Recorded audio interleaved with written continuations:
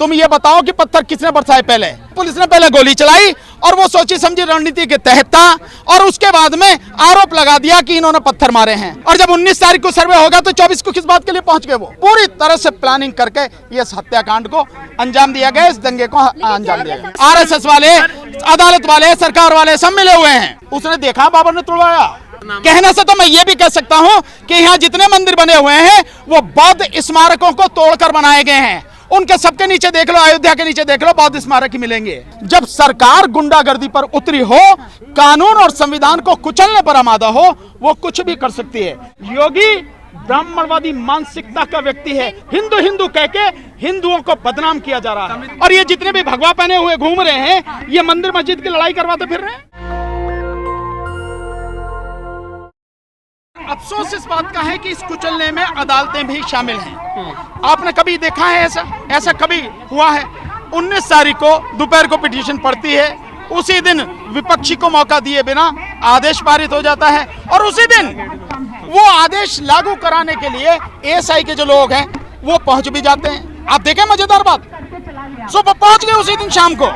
तो ये सब कुछ एक बहुत सोची समझी घिनौनी राजनीति का हिस्सा है, उसके तहत हो रहा है। संविधान को कुचला जा रहा है, कानून को कुचला जा रहा है। तो सर, जिस तरीके से 5 लोगों की जान गई है, तो आप क्या मानते हैं इसके लिए कौन जिम्मेदार है? इस देश की प्रदेश की सरकार जिम्मेदार है, हाँ। योगी जिम्मेदार है, योगी सरकार जिम्मेदार है, और वो अदालत जिम्मेदार है, वो जज जिम्मेदार है जिसने कानून के विरुद्ध ये आदेश दिया, हाँ। विपक्ष को मौका दिए बिना, यानी कि जो रेस्पोंडेंट है उसको मौका दिए बिना ये आदेश दिया, वो सब जिम्मेदार है। इसमें शामिल सारे एएसआई के लोग जिम्मेदार हैं, और जितने भी लोग हैं सब इसमें जिम्मेदार। सर, एक सवाल ये है, क्योंकि आप सर खुद जो है वकालत करते हैं, कानून के जानकार है, क्योंकि जो वकील जो है, जिससे देखा गया जो विष्णु जैन है, जब वहाँ पे एएसआई की टीम जा रही थी, वो भी उनके साथ साथ जा रहे, पीछे जय श्री राम के नारे। ऐसा कभी होता है क्या?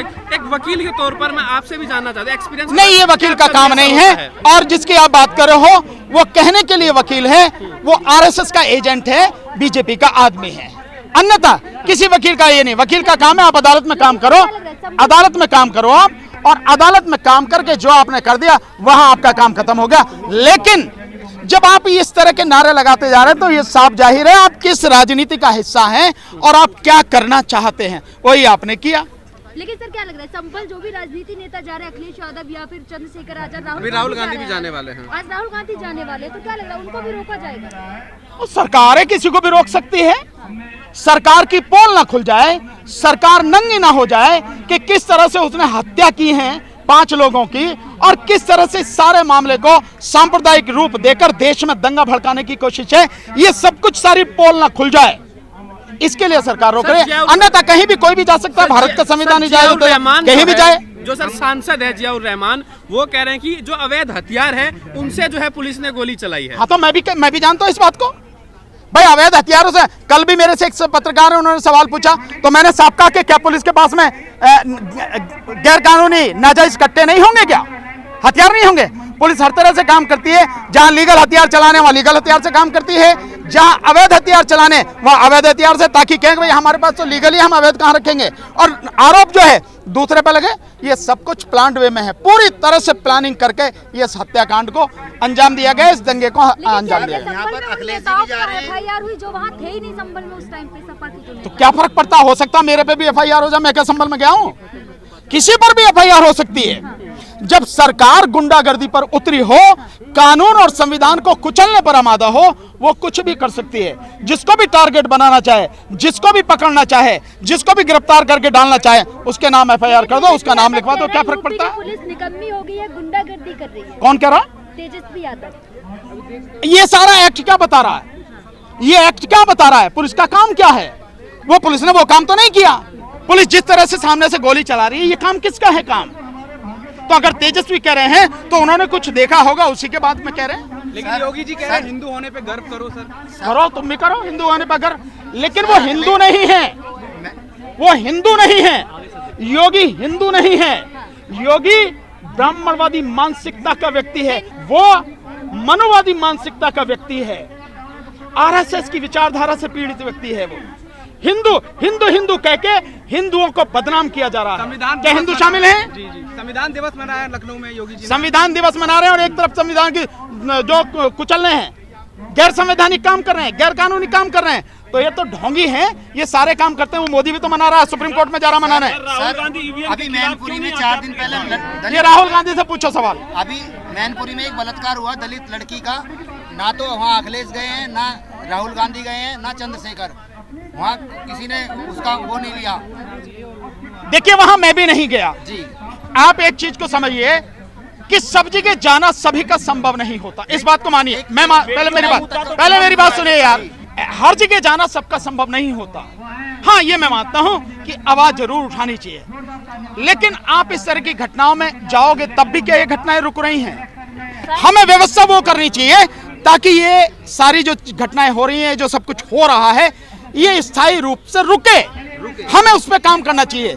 सभी विपक्षी पार्टियां, क्योंकि मैं सरकार से कोई उम्मीद नहीं करता कि वो ऐसे काम करेगी, लेकिन विपक्षी पार्टियों की जिम्मेदारी है कि वो ऐसा काम करें, ऐसी रणनीति बनाएं, एक आंदोलन चलाएं ताकि ये घटनाएं हो ही नहीं। लेकिन सर योगी जी कह रहे हैं कि सुरक्षा मॉडल यूपी से सीखना चाहिए अन्य राज्य। हाँ, सुरक्षा मॉडल यूपी से सीखो और जिसको चाहो एनकाउंटर कर दो, और सबसे ज्यादा कस्टोडियल डेथ जो हो रही है वो यूपी में हो रही हैं, तो ये सुरक्षा मॉडल सीखो और पुलिस की कस्टडी में ही उनको जो है, जो आरोपी हैं उनको आप मरवा दो। किस किस के नाम बताऊं, कितने कितनों को मरवाया गया है? पत्थर बरसाए जाएंगे तो पुलिस फूल थोड़ी बरसाएगी। तुम ये बताओ कि पत्थर किसने बरसाए? पहले गोली चले या पत्थर बरसे? ये बताओ पहले आप, जब मैं आपके सवाल का जवाब। पुलिस का कहना, मेरा कहना यह है कि पुलिस ने पहले गोली चलाई और वो सोची समझी रणनीति के तहत था, और उसके बाद में आरोप लगा दिया कि इन्होंने पत्थर मारे हैं। अरे तुम मुझे गोली से मार रहे हो और मुझे गुस्सा आके मैं कुछ भी नहीं कर सकता। ये सर्वे हो रहा था तो आप कौन संत है क्या? वो संत है वो क्या सर पहले जो कह रहे थे? और जब 19 तारीख को सर्वे होगा तो 24 को किस बात के लिए पहुंच गए? वो किस आधार पर पहुंच गए? वो सर संभल घटना को लेकर के कल ही चंद्रशेखर आजाद और रावण वहां जाने वाले थे, संभल जाने वाले थे और पीड़ितों के बीच अपनी दुख सुख बांटने वाले थे। उन्हें परमिशन नहीं मिली, रोक दिया गया रास्ते में। समाजवादी पार्टी ने भी परमिशन मांगी थी, लेकिन उसने उसे भी मना कर दिया। नहीं, मैं समझता हूँ कि परमिशन मांगने की क्या जरूरत है वहां जाने के लिए?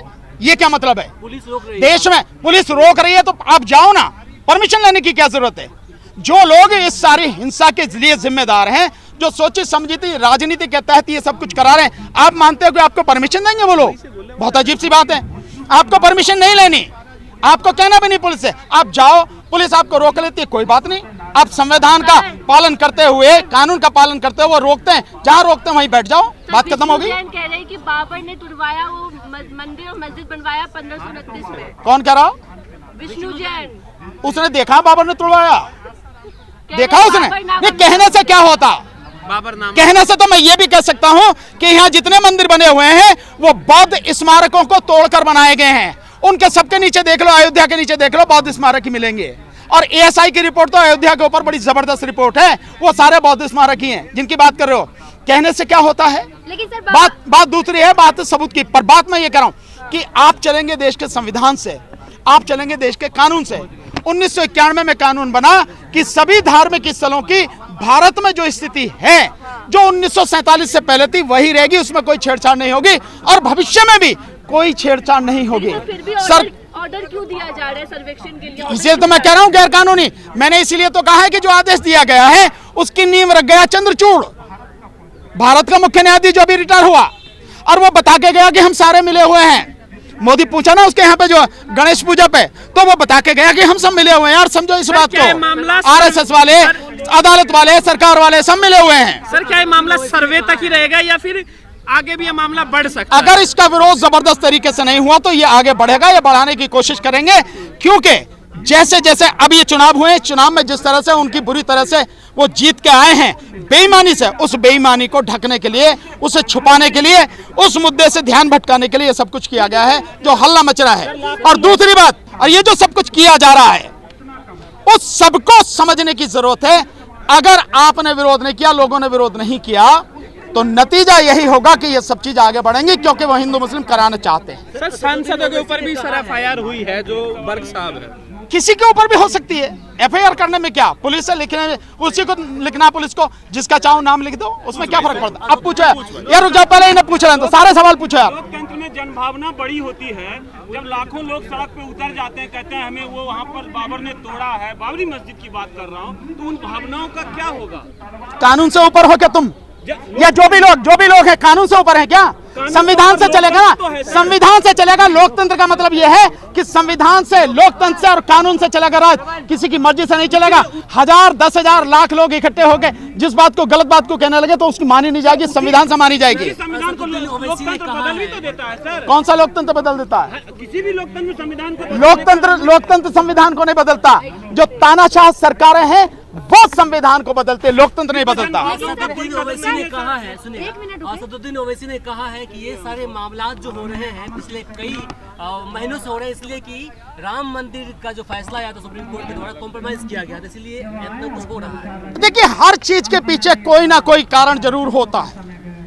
जो राम मंदिर का फैसला था, बाबरी मस्जिद का, वो गैर संवैधानिक, गैर कानूनी फैसला था। और अब तो आप बता के चले गए चंद्रचूड़ आपको कि मैं तो भगवान के चरण में जाके बैठ गया, उसने जैसे कि मैंने कर दिया। बता के गए ना। सर, सवाल यहाँ पे ये भी कि जब सर पे वीडियोग्राफी हो रही थी तो वहाँ जो एक संत पहुँचे थे, उन्होंने कहा यहाँ कंपन हो रहा था, मुझे यहाँ भगवान नजर आ गए। यार, इन कहानियों पे, इन बेकार की बातों पे आप लोग विश्वास भी कर लेते हैं या आप सवाल भी पूछते हैं। मुझे इस बात का दुख है। इस देश में वैज्ञानिक दृष्टिकोण है कि नहीं है? तुम्हारे अंदर वैज्ञानिक दृष्टिकोण है कि नहीं है? कोई भी कह देगा आके, कोई भगवा चोला पहन के आया वो संत बन गया। संत एक बहुत बड़ी पदवी है। जो संत होता है वो किसी का भी बुरा नहीं सोच सकता, करने की तो बात ही छोड़ो। और ये जितने भी भगवा पहने हुए घूम रहे हैं, ये मंदिर मस्जिद की लड़ाई करवाते फिर रहे हैं। क्या लग रहा है इस मामले में, क्या मुसलमानों को बदनाम करने के लिए ये सब हो रहा है? मुसलमानों को मारने की कोशिश और मुसलमानों पर हमला करके हिंदू मुस्लिम की राजनीति करने की कोशिश है, क्योंकि 2027 में उत्तर प्रदेश में चुनाव होने वाले हैं और बीजेपी चुनाव की तैयारी शुरू कर चुकी है। पुलिस कह रही है उन्होंने ही पथराव किया, उन्हीं के गुट के लोगों ने। और मैं ये कह रहा हूं कि ये सारा का सारा जिस षड्यंत्र के तहत है, जो ये षड्यंत्र में शामिल है, उन्होंने ही गोली चलाई, उन्होंने ही उल्टा पथराव किया और उन्होंने सब कुछ किया। मैं ये कह रहा हूँ, फिर क्या करोगे आप? वकील साहब, कमिश्नर ने वहाँ के भी बयान दिया था कि पुलिस ने कोई गोली नहीं चलाई, सिर्फ हल्का बल्का। उस कमिश्नर को जाके वहां की वो दिखाओ जो वीडियो है, तुम्हारे पास है ना, उसे जाके दिखाओ और उससे ये सवाल पूछो, मेरे से नहीं। उस कमिश्नर से पूछो, तुम कह रहे हो कि गोली नहीं चलाई पुलिस ने, ये क्या कर रहे हैं पुलिस वाले? जो AK-47 यूं करके चला रहा है और एक वो पुलिस वाला यूं करके चला रहा, ये कौन है? कौन है? RSS के आदमी है क्या वो? बताओ ना, उससे पूछो सवाल, मेरे से नहीं। नेशनल दस्तक की आपसे गुजारिश है कि अगर इसको बचाना चाहते हैं तो नेशनल दस्तक को सब्सक्राइब करने के लिए रेड कलर के सब्सक्राइब बटन को दबाएं, फिर बेल आइकन की घंटी दबाएं। नेशनल दस्तक को बचाने के लिए बहुत जरूरी है कि हर खबर को शेयर करें, लाइक करें, कमेंट जरूर करें।